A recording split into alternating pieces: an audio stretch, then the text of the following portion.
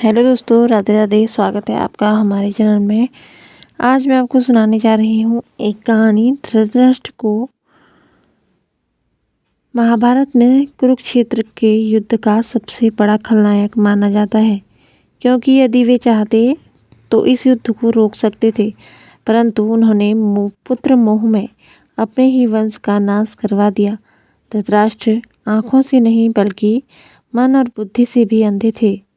उन्होंने अपने जीवन में वैसे तो कई पाप किए थे, लेकिन हम आपको बताएंगे उनके द्वारा किए गए 8 घोर पापों के बारे में। आइए जानते हैं। नंबर 1, गांधारी के साथ धोखा।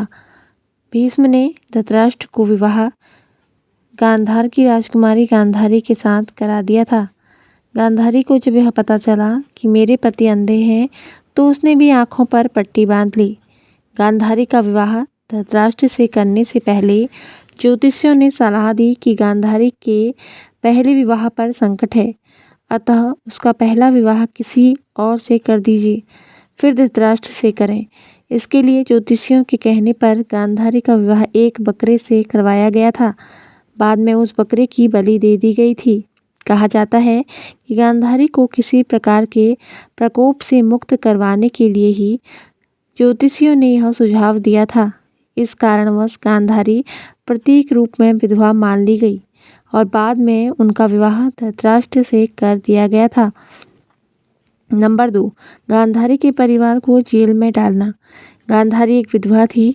जब महाराज धृतराष्ट्र को यह बात पता चली तो वे क्रोधित हो गए। उन्होंने समझा कि गांधारी का पहले किसी से विवाह हुआ था और वह न जाने किस कारण मारा गया। धृतराष्ट्र के मन में इसको लेकर दुख उत्पन्न हुआ और उन्होंने इसका दोष गांधारी के पिता राजा सुबाल को माना। धृतराष्ट्र ने गांधारी के पिता राजा सुबाल को पूरे परिवार सहित कारागार में डाल दिया।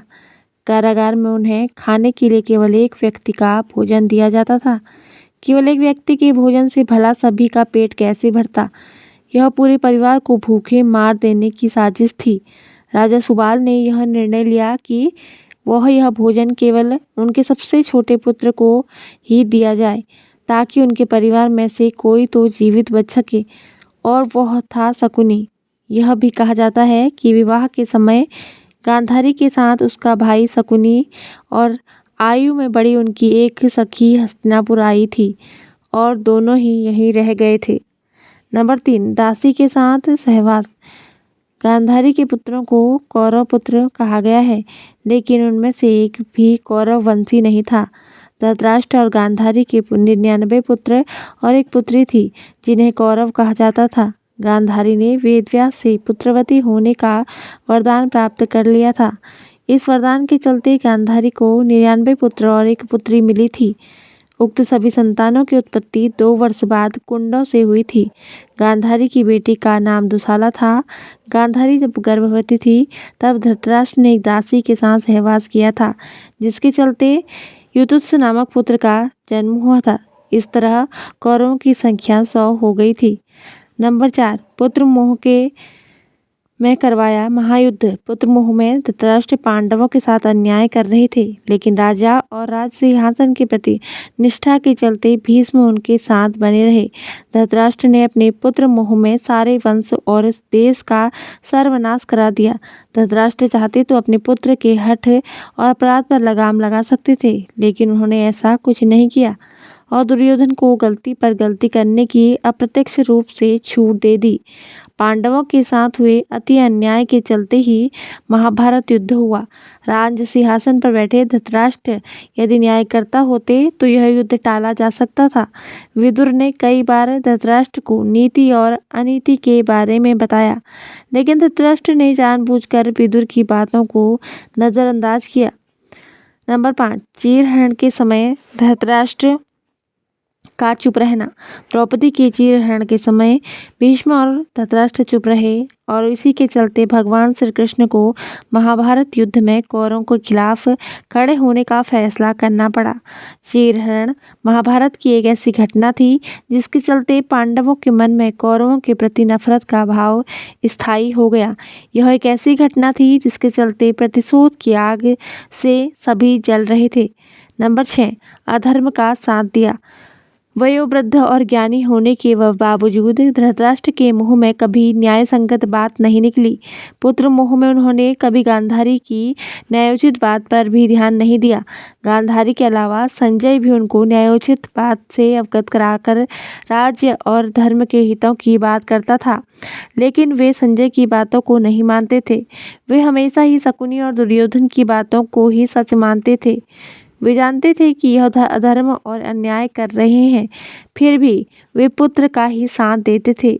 अधर्म का साथ देने वाला खलनायक कैसे नहीं हो सकता है। नंबर 7, भीम को मारने की इच्छा। युद्ध का अंत हो चुका था और पांडु पुत्र भीम ने धृतराष्ट्र के पुत्र दुर्योधन का वध कर दिया था। इसको लेकर धृतराष्ट्र के मन में क्रोध और बदले की भावना प्रबल हो उठी थी। अतः मौका पाकर धृतराष्ट्र भीम को मार डालना चाहते थे। एक बार की बात है, जब महाभारत का युद्ध जीतने के बाद पांचों पांडव श्री कृष्ण के साथ हस्तिनापुर महाराज धृतराष्ट्र से मिलने पहुंचे तो भीम के अलावा सबने धृतराष्ट्र को प्रणाम किया तथा उनके गले मिले। बाद में भीम की बारी आई तो भगवान श्री कृष्ण धृतराष्ट्र की मनसा जान चुके थे। अतः जब भीम धृतराष्ट्र को प्रणाम करके उनके गले मिलने लगे तो श्री कृष्ण ने भीम को इशारों से रोक दिया और उनके स्थान पर भीम के लोहे की मूर्ति को आगे बढ़ा दिया। धृतराष्ट्र बहुत शक्तिशाली थे। उन्होंने लोहे की मूर्ति को भीम समझकर पूरी ताकत से दबोच लिया और उस मूर्ति को तोड़ डाला। उनमें क्रोध इतना भरा था कि वे समझ नहीं पाए कि यह तो एक लोहे की मूर्ति है। भीम की मूर्ति तोड़ने से उनके मुंह से भी रक्त निकलने लगा। इसके बाद जब धृतराष्ट्र का क्रोध शांत हुआ तो वे भीम को मृत समझकर रोने लगे। तब भगवान श्री कृष्ण बोले कि भीम तो जीवित है, आपने भीम समझकर भीम की मूर्ति को तोड़ा है। इस प्रकार भगवान श्री कृष्ण ने धृतराष्ट्र से भीम की जान बचाई। नंबर 8, पूर्व जन्म का पाप। कहते हैं कि पूर्व जन्म में किए गए पाप के कारण धृतराष्ट्र जन्म से ही अंधे थे और उनके सभी पुत्र मारे गए। दरअसल अपने पूर्व जन्म में धृतराष्ट्र एक बहुत ही निर्दयी एवं क्रूर राजा थे।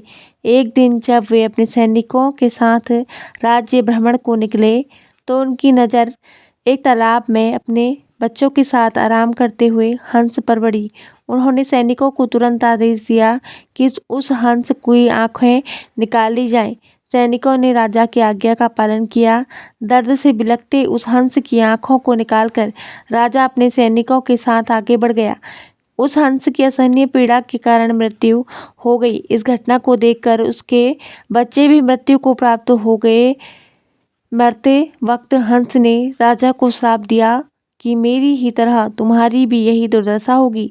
इसी श्राप के कारण अगले जन्म में धृतराष्ट्र अंधे पैदा हुए तथा उनके पुत्र ठीक है उसी समय मृत्यु को प्राप्त हो गए।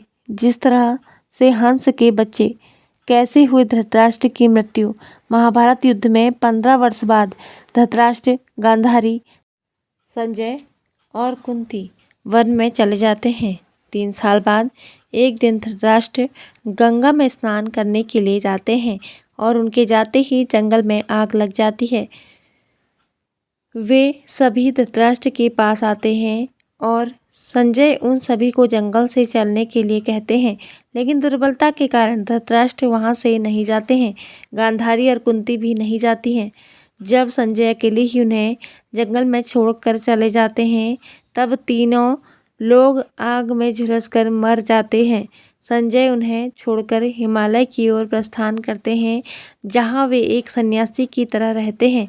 बाद में नारद मुनि युधिष्ठिर को यह दुखद समाचार देते हैं। युधिष्ठिर का वहां जाकर उनकी आत्म शांति के लिए धार्मिक कार्य करते हैं। दोस्तों, आपको यह कहानी कैसी लगी कृपया कमेंट करके ज़रूर बताएं और हमारी वीडियो पसंद आई हो तो लाइक ज़रूर करें। धन्यवाद। जय श्री कृष्णा, जय माता दी।